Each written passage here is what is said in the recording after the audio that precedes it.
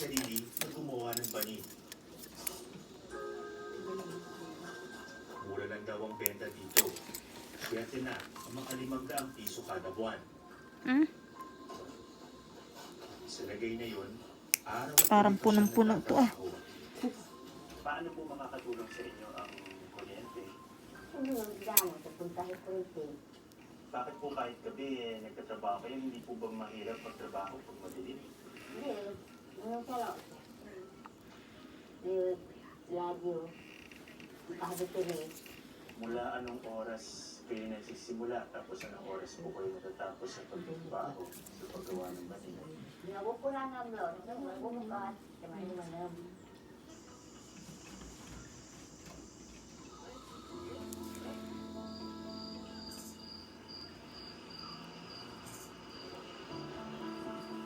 Ang pangako ng kuryente sa komunidad na ito, hindi lamang para sa mga batang inaabot pa ang mga pangarap nila sa buhay.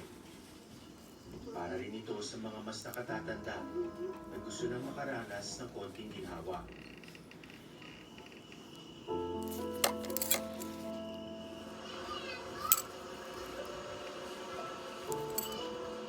Dati na raw namigay ng solar lamp sa lugar. Pero nasira din ang mga unit at hindi na napakinabangan matapos ang 1 taon. Ang bentahe ng pagkakaroon ng linya ng kuryente, maaasahan ito. Mas tipid din daw ang bid kumpara sa palagiang pagbili ng battery o gaas para sa ilaw.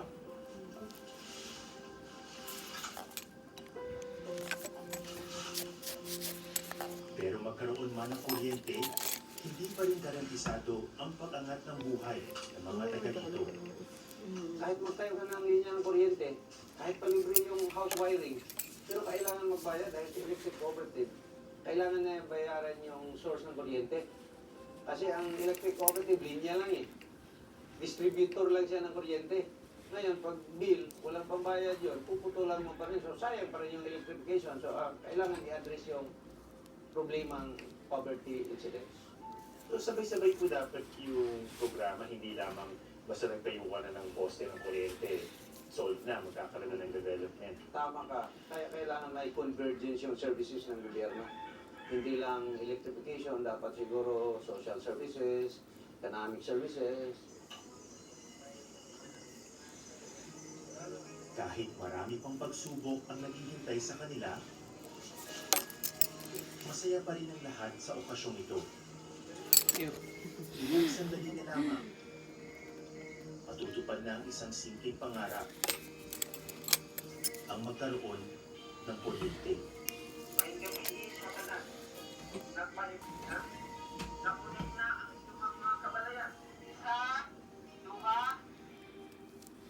Ba, parang nakasama tong isang paa.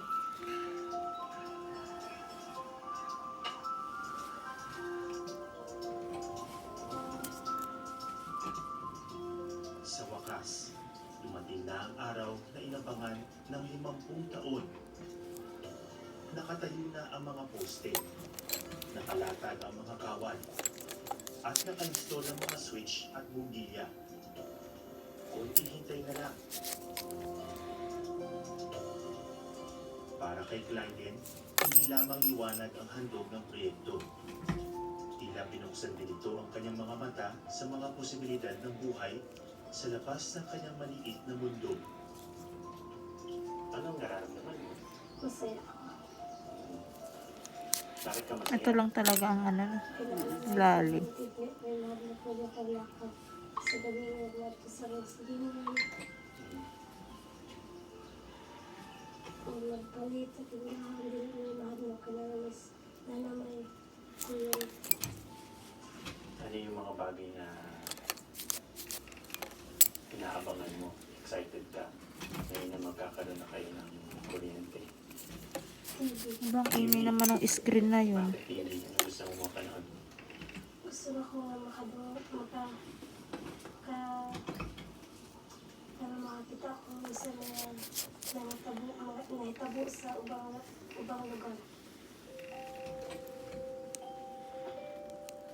Para naman kay Lola Carmen, katuparan lamang ito ng isang simpleng pangarap.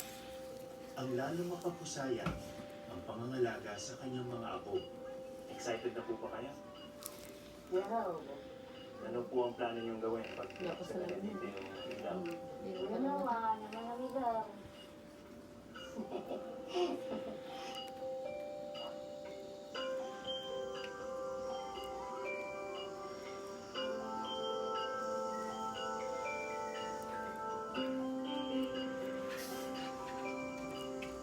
Mayong gabi sa tanang residente sa Purok, Gabilis, Batal, Bukay, Dam, Sarangani, Province.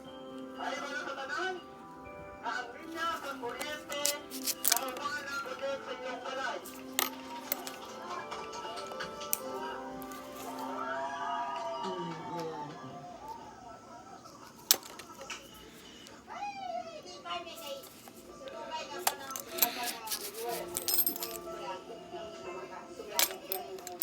Daghang salamat kung gabi kanatong tanan.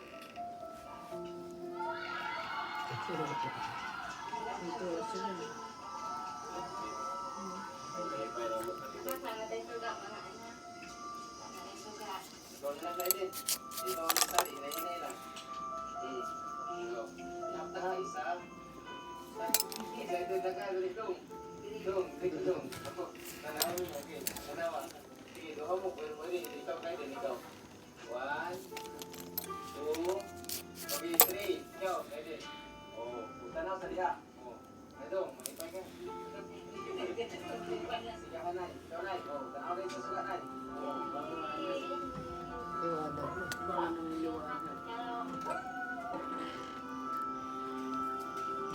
Pebrero 18, 2019, alas 8 ng gabi. May kuryente na sa Datalbukay. Magandang gabi. Mula rito sa Sarangani, ako si Ato Marambio at ito ang Eyewitness.